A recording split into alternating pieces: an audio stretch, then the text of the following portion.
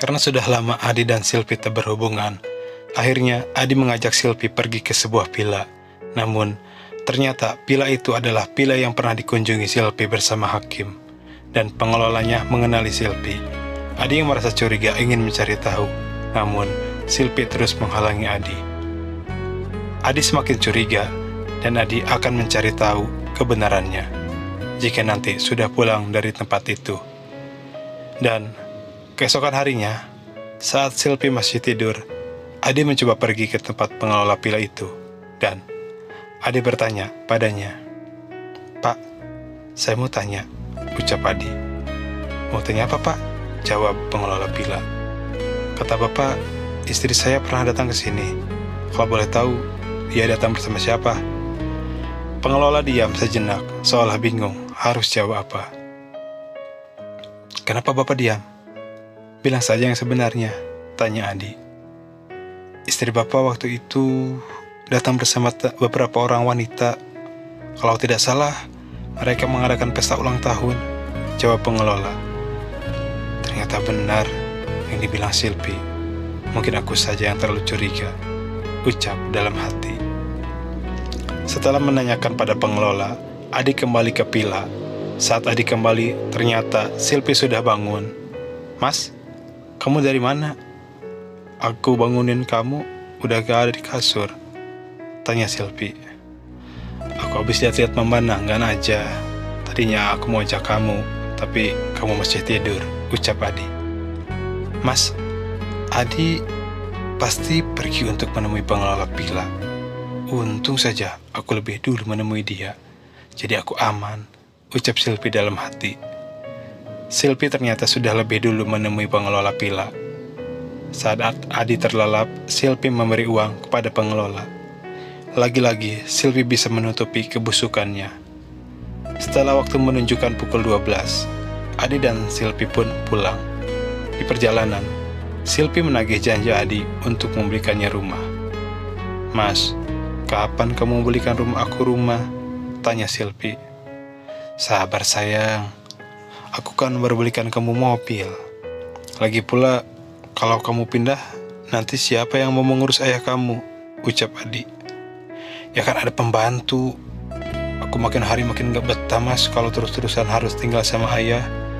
Tiap hari ayah ngomel terus," ucap Silvi. "Ngomel gimana?" tanya Adi. "Ya, mungkin ayah lagi pusing sama usahanya. Karena kan waktu itu kamu bantu ayah tapi uangnya dirampok. Makanya ayah masih pusing sama keuangan usahanya," ucap Silvi. "Oh gitu. Ya, nanti aku coba kasih tambahan modal buat ayah," ucap Adi. "Serius sayang?" tanya Silvi. "Iya sayang, aku serius," jawab Adi. "Makasih sayang, kamu kok baik banget sama aku dan ayah," ucap Silvi sambil memeluk Adi. "Ya, kalian kan keluarga aku. Apapun akan aku lakukan demi kebahagiaan kamu." Silvi tersenyum mendengar ucapan Adi. Mas Adi gampang banget aku bodohin. Coba aja kalau Mas Hakim semudah ini. Aku rayu, mungkin hidup aku lebih enak. Ini mah apa? Aku mau rumah aja nunggu ngumpulin uang, ucap Silvi dalam hati. Tidak lama kemudian, mereka sampai di rumah Silvi. Dan Silvi mengatakan pada ayahnya bahwa Adi akan memberikan modal lagi. "Yah, Mas Adi katanya mau gak kasih tambahan modal lagi," ucap Silvi. "Beneran Adi?" tanya ayah.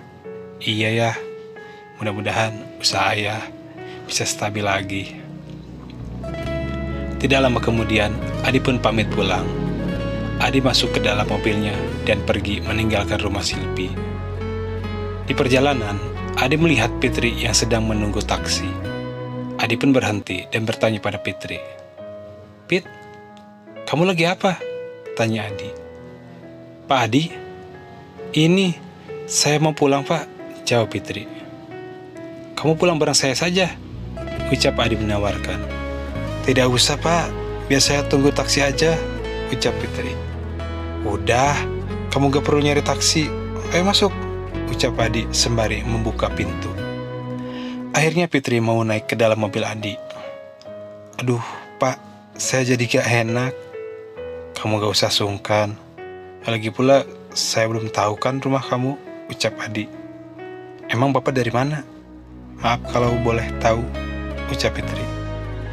Saya habis berlibur dengan istri saya, jawab Adi. Terus, istri Bapak kok gak bareng? Tanya Fitri. Tadi istri saya antar ke rumah orang tuanya, ucap Adi. Kok tidak pulang ke rumah Bapak? Ucap Fitri merasa heran. Kalau soal itu panjang ceritanya, jawab Adi. Aduh, maaf Pak, saya terlalu banyak tanya hal pribadi Bapak. Tidak apa-apa, jadi kan kita bisa lebih dekat, ucap Adi. Hah? Lebih dekat? Ucap Fitri, heran dengan ucapan Adi. Maksud saya dekat antara bos dan bawahan, ucap Adi menjelaskan. Oh iya Pak, jawab Fitri sambil tersenyum malu. Begitu banyak hal yang mereka bicarakan. Bahkan, hampir saja Fitri memberitahu Adi bahwa Silpi berselingkuh. Namun Fitri teringat dengan ancaman Silpi. Fitri masih tidak mau ambil resiko. Beberapa saat kemudian, mereka tiba di tempat tinggal Fitri. Pak Adi, mau mampir dulu? Tanya Fitri. Emang boleh? Tanya Adi. Boleh Pak, tapi tempat tinggal saya kecil, jawab Fitri. Akhirnya mereka pun masuk ke tempat tinggal Fitri. Orang tua kamu kemana? Tanya Adi. Orang tua saya ada di kampung, saya tinggal sendiri di sini, jawab Fitri. Oh, kamu tinggal sendiri? Ini rumah kamu? Tanya Adi. Bukan Pak, ini rumah om saya. Kebetulan rumah ini kosong. Ya sudah, saya disuruh nempatin rumah ini sama om saya, jawab Fitri. Kamu hebat, masih muda tapi sudah mandiri, ucap Adi. Ya gimana ya Pak, mungkin karena kebutuhan, jawab Fitri. Mereka pun berbincang begitu lama. Semua hal tentang Adi dan Fitri mereka bicarakan saking asiknya. Fitri lupa membuatkan minum untuk Adi. Pak, saya lupa belum buatkan minum untuk Bapak. Bapak mau minum apa? Pak aja Fit, kalau tidak merepotkan, jawab Adi. Tidak Pak, justru saya yang gak enak, udah lama tapi baru menawarkan minum. Kalau begitu saya permisi buatkan minum dulu, ucap Fitri. Saat Fitri akan melangkah menuju dapur, tak sengaja Fitri tersandung. Adi pun langsung menahan Fitri. Fitri dan Adi saling menatap. Tiba-tiba Fitri merasa berdebar jantungnya. Begitupun dengan Adi. Tak lama Adi dan Fitri sadar dan langsung melepaskan tangannya dari tubuh Fitri. Maaf Fit, tadi saya cuma menahan kamu biar tidak jatuh, ucap Adi. Iya Pak, tidak apa-apa. Justru saya yang berterima kasih karena Bapak sudah menahan saya untuk tidak jatuh, ucap Fitri sambil tersenyum. Kok aku merasa ada yang aneh saat Pak Adi menahan aku, ucap Fitri dalam hati. Fitri pun membuatkan minum untuk Adi. Fitri masih merasa malu karena kejadian itu. Dan tiba-tiba Fitri ingin memberitahu Adi bahwa Silpi sudah berselingkuh. Kasihan Pak Adi. Apa aku tunjukin aja rekaman ini biar Pak Adi tidak terus dibohongi, ucap Fitri. Tapi gimana kalau Bu Silpi benar-benar melakukan ancamannya? Aku bingung. Tapi apa aku minta perlindungan saja sama Pak Adi? Dan aku bilang kalau Bu Silpi mengancam aku. Dengan begitu, aku bisa membongkar perselingkuhan Bu Silpi, ucap Fitri. Fitri sudah memantapkan hatinya bahwa dia akan membongkar perselingkuhan Silpi. Fitri pun menghampiri Adi dengan perlahan. Fitri yakin seyakin-yakinnya bahwa keputusan ini adalah keputusan terbaik.